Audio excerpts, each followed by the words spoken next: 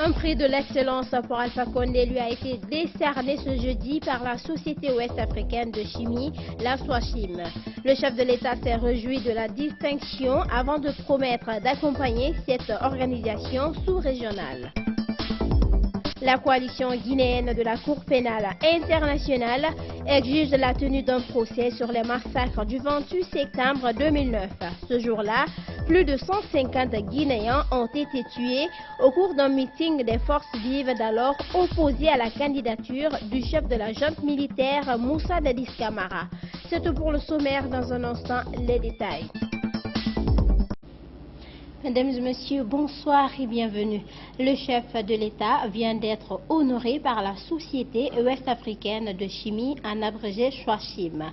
Réunie ce jeudi à Conakry, cette organisation sous-régionale lui a décerné le prix de l'excellence pour ses œuvres en faveur de la formation et de la recherche.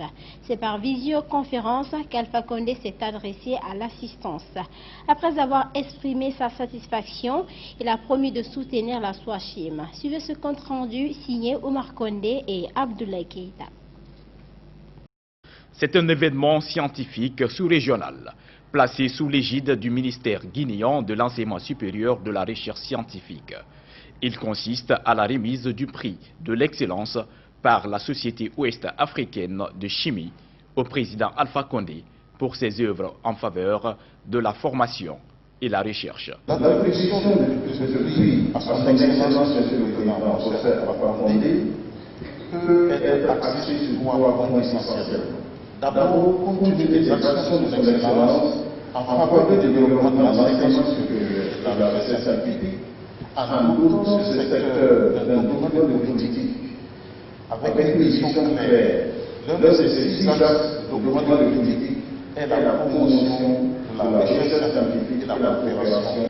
La SOACHIM, société savante, existe depuis 26 ans maintenant. Elle regroupe 7 pays francophones de l'UEMOA. Le secrétaire permanent de cette organisation a demandé le soutien du chef de l'État. C'est d'attirer votre attention et demander de soutenir cette société savante. Nous souhaitons vivement que vous soyez notre parrain d'excellence pour faire un plaidoyer auprès des premiers responsables de chacun des équipements de la SOACHIM. Par visioconférence, Alpha Condé remercie le ministère de l'enseignement supérieur et la SOACHIM et promet le soutien sollicité. Concernant le rôle d'avant-garde de la chimie dans la sécurité alimentaire, à but du fond de sa finalité à travers les tests ADN, qui se représente dans le développement du pays, et les résultats enregistrés au fondement organisé par SOACHIM, publiés chaque année dans les pays membres, je promets de vous soutenir de toutes nos forces afin que vous continuiez votre travail. Ce prix de l'excellence attribué au président Alpha Condé a été remis au Premier ministre chef du gouvernement qui l'a représenté à cette cérémonie. L'an 11 des massacres du 28 septembre sera célébré dans quelques jours. Cette année, ce triste anniversaire intervient dans une période sensible, caractérisée par l'atmosphère de la campagne électorale en prélude à la présidentielle du 18 octobre.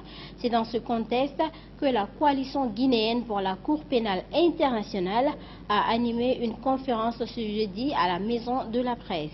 Les responsables de cette coalition dénoncent certains membres des forces vives, c'est-à-dire les opposants qui avaient organisé le meeting du 28 septembre contre la candidature du capitaine Moussa Dadis, mais qui font aujourd'hui la promotion de troisième mandat. En Soubaï le Balé.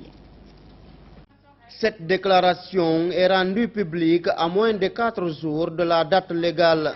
La coalition guinéenne pour la Cour pénale internationale, CGCPI, se souvient encore des événements douloureux du 28 septembre 2009. Ce jour-là, plus de 100 personnes avaient été tuées, des portées disparues et des femmes violées. Le procès du 28 septembre jusqu'à présent, il peine à se tenir. Ce n'est pas parce que la Guinée ne peut pas organiser ce procès. C'est parce que tout simplement, il n'y a pas de volonté politique et il y a une idéologie développée dans ce pays que plus le temps passe, plus l'histoire s'efface. Que plus le temps passe, plus les gens oublient. La revendication du 28 septembre 2009 était en contre-pied à une candidature du capitaine Moussa Dadis Camara. Les forces vives d'alors exigeaient du chef de la junte militaire une transition qui respecte les principes démocratiques.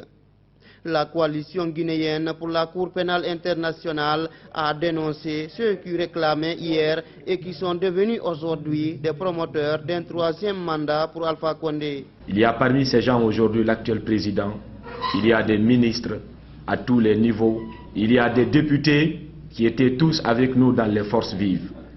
Aujourd'hui, ils sont du mauvais côté.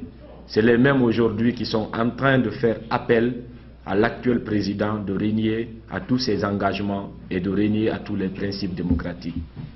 Dans leur déclaration, les membres de la CGCPI ont noté également la situation sociopolitique actuelle en Guinée. Si vous voyez les leaders politiques, quel que soit leur bord, de la mouvance, de l'opposition, il ne faut pas les suivre. Parce qu'on est en train d'utiliser ça pour se maintenir ou accéder au pouvoir. Voilà. Il a fallu que les étudiants manifestent, qu'il y ait des blessés, qu'il y ait des arrestations pour que le gouvernement comprenne. Le 28 septembre prochain, cela fera 11 ans jour pour jour depuis les massacres du stade du 28 septembre de Conakry. Au cours de cette conférence de presse, la coalition guinéenne pour la Cour pénale internationale a exigé la tenue d'un procès sur les massacres du 28 septembre 2009. Suivez.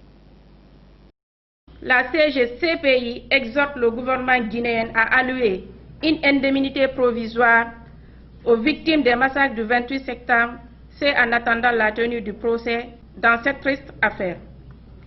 S'agissant de la tenue du procès, la CGCPI souhaite que le procès se tienne en Guinée et dans les meilleurs délais. La tenue d'un tel procès permettra de lutter contre l'impunité dans notre pays. Près de 2 ans après son départ de l'institution nationale indépendante des droits humains, Mamadi Kaba revient sur scène. Connu pour sa lutte en faveur de la dignité humaine depuis la RADDHO, l'ancien président de l'INDH a lancé hier une ONG de défense des droits humains. Omar Condé.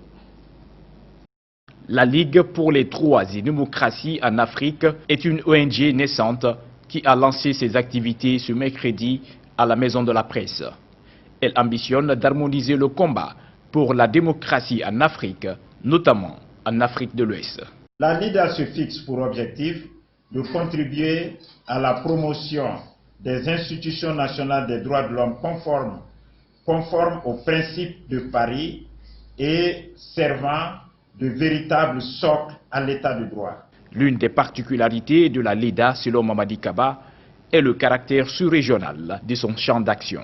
La LIDA existera dans tous les pays d'Afrique de l'Ouest et travaillera à la promotion de la démocratie et l'état de droit dans l'espace CEDEAO afin d'éviter le retour des coups d'État comme solution au désespoir des peuples.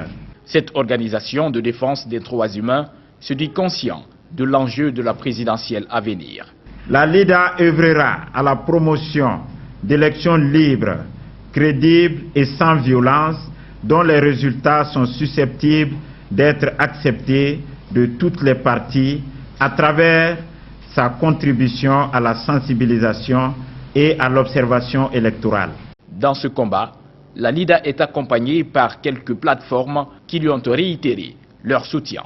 Aujourd'hui, le Monaja P se réjouit de sa collaboration avec la LIDA, Ligue pour les droits et la démocratie en Afrique, s'engage fièrement à accompagner cette plateforme panafricaine dans son combat qui vise à consolider la démocratie. La LIDA promet de défendre avec courage les libertés fondamentales, individuelles et collectives en Afrique, particulièrement en République de Guinée.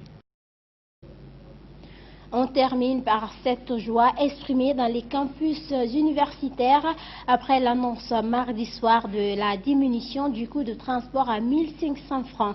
Les étudiants se réjouissent de cette nouvelle. Vous le savez, ils avaient manifesté lundi pour exiger l'allègement des mesures prises par le gouvernement depuis le mois de mars pour lutter contre le coronavirus. L'une des conséquences de ces mesures avait économiquement étouffé les Guinéens, notamment dans le domaine des transports. Au lendemain de l'annonce de la délivrance, Ansoubaï Balé s'est rendu à l'université Gamal Abdel Nasser de Conakry. Suivez son reportage. C'est un ouf de soulagement pour les étudiants de l'université Gamal Abdel Nasser de Conakry. Le retour du prix du transport en commun à la normale a donné satisfaction à ces étudiants. Moi, je peux que apprécier le gouvernement, parce qu'ils nous ont satisfaits. On a grévé, ils nous ont satisfaits. Ouais. Donc, je peux qu'apprécier le gouvernement. Aujourd'hui, je quitté à Kobaye jusqu'ici à 7 000 francs. Et avant, c'était à 14 000 avec l'élévation. Donc, je suis bien à l'aise aujourd'hui. Les étudiants au sein de Gamal et les étudiants au sein de Symphonia ont manifesté. Le président a immédiatement réagi pour faire une réduction totale des transports. Ça a été bien, nous sommes contents. Il a fallu la manifestation des étudiants de Gamal et de Général Lansana Conté de Symphonia pour que le président de la République puisse passer à l'allègement des mesures barrières sanitaires. C'est notamment le rétablissement du nombre de passagers dans les taxis. Mais certains étudiants se montrent inquiets par rapport au non-respect de la distanciation physique avec 6 personnes dans un taxi. Oui, on craint toujours pour cette maladie, bien sûr. Donc, l'abaissement, c'est bien. Mais il devrait aussi réfléchir au nombre de personnes derrière dans le taxi. Ça même, ça m'a fatigué aujourd'hui parce qu'on était 4 derrière. Le taxi, on était 4. Quand même, ça devrait être 3 personnes derrière et 1 personne devant. Comme ça va. Une proposition de 2000 francs guinéens par tronçon pour chaque passager et réduire le nombre à 3 par derrière dans un taxi a été faite par Buntura Bissouma, étudiante en licence 3 Gamal Abdel Nasser de Conakry. Mais sa proposition ne fait pas l'unanimité au sein de son université. Si c'est 4, c'est 6 000. Si c'est 3, on paye 2 000 par personne, ça fait 6 000 aussi. Donc le mieux, c'est de respecter 3 personnes qu'on paye 6 000 par tronçon au lieu que ce soit 1 500 et 4 personnes derrière. Oui, c'est bon, c'est une très bonne chose, oui, mais tout le monde n'a pas les mêmes modes de vie, tout le monde n'a pas les mêmes moyens. Si moi, personnellement, je pourrais payer les 2 000 francs, il y a d'autres qui ne pourront pas. Des fois, il y a d'autres qui arrivent ici qui ne gagnent même pas à quoi manger, vous voyez. Donc ça va être difficile pour certains de payer chaque fois les 2 000 comme transport et d'autres quittent loin. Dans les propos de ces étudiants de Gamal, ils n'oublient toujours pas de demander la réduction du prix du carburant à la pompe. Ils ont interpellé le gouvernement face à cette situation. Et voilà, mesdames et messieurs, c'est la fin de cette édition d'information réalisée par toute l'équipe de Gangan RTV. À tous, merci de l'avoir suivi et merci de votre fidélité à Gangan TV et à la prochaine.